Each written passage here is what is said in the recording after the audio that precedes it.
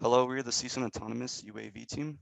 The presenters for today are myself, Joshua Spino, Alexis Ramirez, and Edward Galan, and our faculty advisor for this project is Dr. Gang. So the purpose of this project is for the drone to autonomously fly from point A to point B, while also avoiding obstacles that it may encounter in its flight path. And we're basically picking up from the progress that we made in last semester's project, where we managed to build the drone and obtain manual flight by using an RC controller. This semester, we basically wanted to focus on the autonomous aspect of the project, and we actually managed to get the drone to take off and land by itself. So the frame that we chose for our drone is the Holybro S500 quadcopter frame. On the slide, there are some specifications regarding the dimensions and weight of the drone. We also later found the drone to have a payload of 750 grams. And the reason why we chose this frame is because when we ordered it, we needed it to arrive fast, so it had a fast delivery time. And we also needed to make sure that the drone that we ordered would have spare parts that we could purchase later on if needed, say if we broke a leg or something in a test flight. And the previous drone that last year's team was using was damaged on their last test flights. And we later learned that that drone was discontinued by the manufacturer. So replacement parts were unable, so we couldn't fix that drone. And what we plan to achieve is autonomous flight on this drone first, and then later we can move all of that to a larger drone that would have an increased payload and flight time. So we use the Holybro PM07 power management board. The board has two functions. It works both as a power distribution board and a power module. It sends power to the Pixhawk 4 and to the ESCs. It can also give us information regarding the current and voltage that the battery is sending to the flight controllers and to the motor. Also, nice thing about this board is that it's capable of holding 8 ESCs, possibly for an octocopter. But since we had a quadcopter, we only needed to use 4 ESC pads.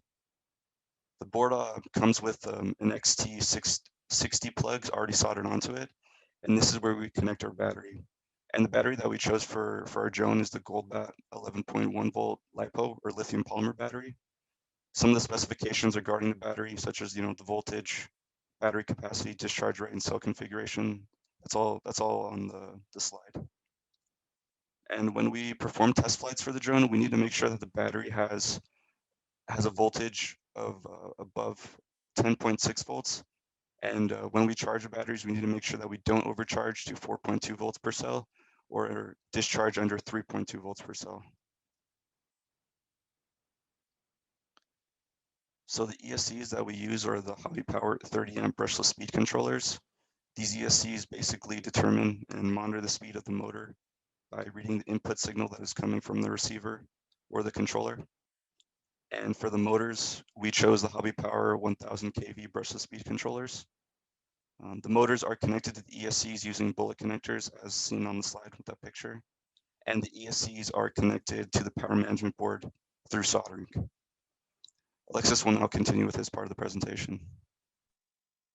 The flight controller used in our S500 drone configuration is the Pixhawk 4. The Pixhawk is used to read information from all of the drone's components, specifically information from the GPS module.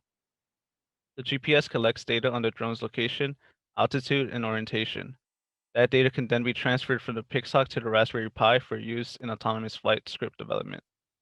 By connecting the Pixhawk to the Raspberry Pi using a micro USB to USB connection, the data can be accessed via port TTY ACM0 on the Raspberry Pi.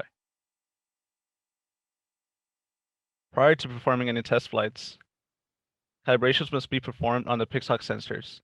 Establishing the software chosen to perform these calibrations is QGround Control. Calibration is performed by establishing a connection between the Pixhawk flight controller and the ground station computer. By linking the telemetry radio on the drone's base to our ground station computer, the sensor calibration can be done wirelessly. The sensors that require calibration are the compass, gyroscope, and accelerometer, as well as a level horizon calibration. As stated before, during the fall semester, we managed to build a drone and perform manual flight tests to ensure it was functioning properly. In this video, the flight test was conducted using the RC controller.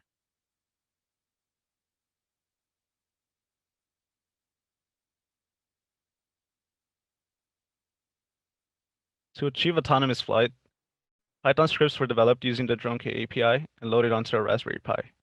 The Dronekit-API allows for communication between our onboard computer and the Pixhawk flight controller. The API communicates with the drone via Mavlink and can direct control over vehicle movement. Using the API, commands were sent to the drone to specify the desired height in meters it should ascend to and how many meters it should descend. Passing these values must be done prior to arming the drone. Once the drone is armed, it will begin to ascend to the specified height. The drone will continue to ascend until the height is reached, at which point the drone will begin to descend. Now, Edward will proceed with the presentation. To arm the drone autonomously, a Boolean value of the drone's arm status is set to true within the Python script. The following video shows the result of setting the Boolean value of the vehicle's arm status to true and then adding a delay before changing it to false. This assignment allowed for autonomous arming, which is necessary before flying the drone. The RC controller is present for all autonomous flights because we need to use the deadman switch in case of unexpected circumstances such as flying off course or continuing to ascend after reaching the specified height. The deadman switch cuts out power to the motors so that it could descend. The first autonomous takeoff test showed promise, however, the landing is not ideal. As shown in the video, it rapidly hits the ground. This is undesirable since it increases the likelihood of a damaged frame. The next video demonstrates a smoother landing. When conducting autonomous takeoff tests, an ascending altitude and a descending altitude is specified. So to mitigate the rough landing shown in the first autonomous takeoff video, we specified the descending altitude to a value that is smaller than the ascending height. This resulted in a steadier and smoother landing because the drone slowed down before.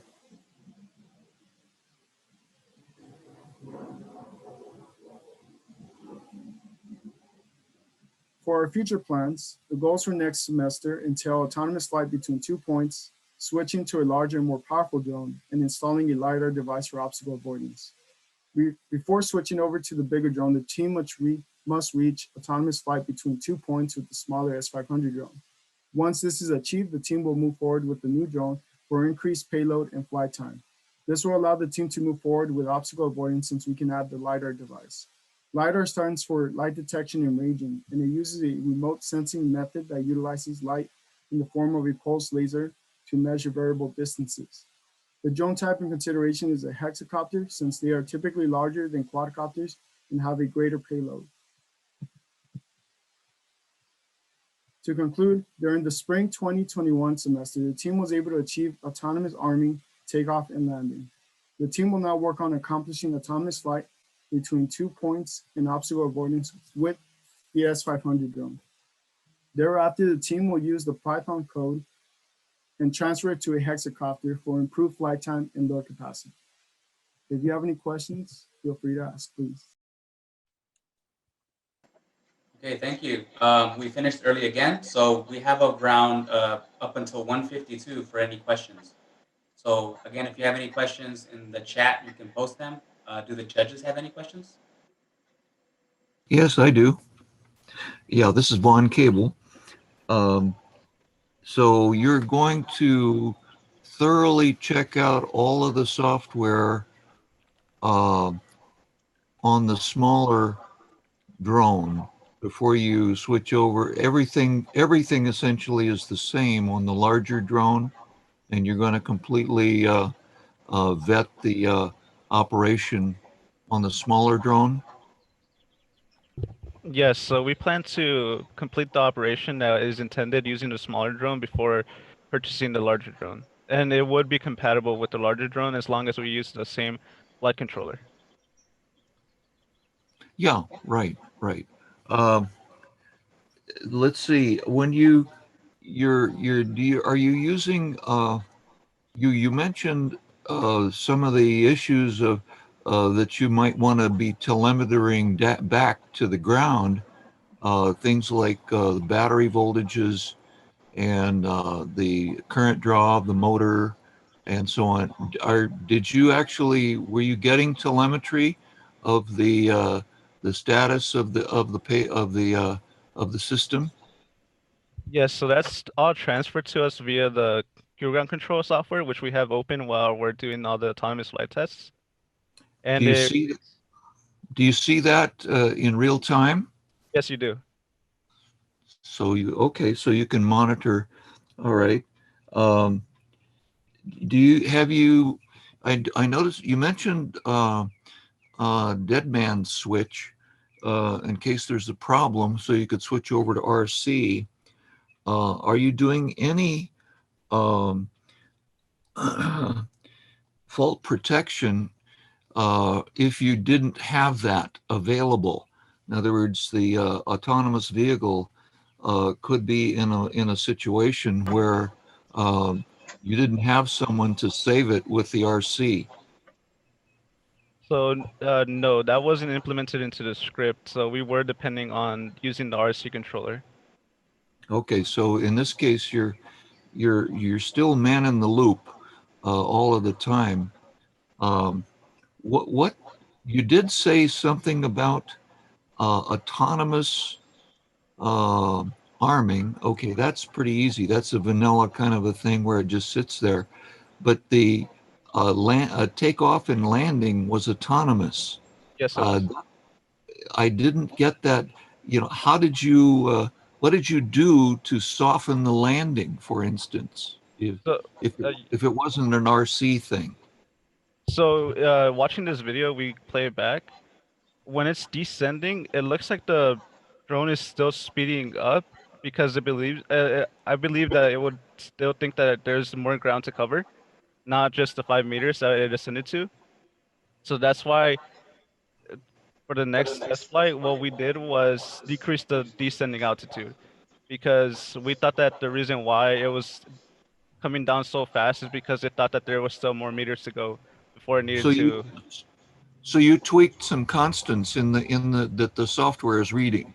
Yes, to make this more efficient, it should be taking the altitude that it's at once it reaches it, so that it can descend that exact altitude using an algorithm. But for now, we were just inputting constants. Okay, well, do you have the constants in a table and then the Python or whatever does a lookup of all of the things it needs to know? Yes. So using the functions that we used, it would do all that for us. Okay, thank you. Yep. There is one question from the audience. No pressure. It's from the dean. No, yeah, I see it. It says about the guidelines, right? Yes. So, are there any guidelines we need to follow to fly the drone over campus or populated area? Yeah, so it would be the same guidelines that, and let's say you were using for any drone when you have like a commercial drone, let's say that you buy at the store, as long as you don't go a certain amount of meters in the sky, and also you make sure that you could fly in that area, like let's say you're not flying over like a police station or something, then you'll be all right. But you do need to follow all those guidelines. The judges have any additional questions? Not really. I do not. Okay, we have about 4 minutes until we end. If not, if there's no additional question from the audience, we can start up the next one, but we won't start the next presentation until 1:55. Thank you. All right. So thank you to the Autonomous UAV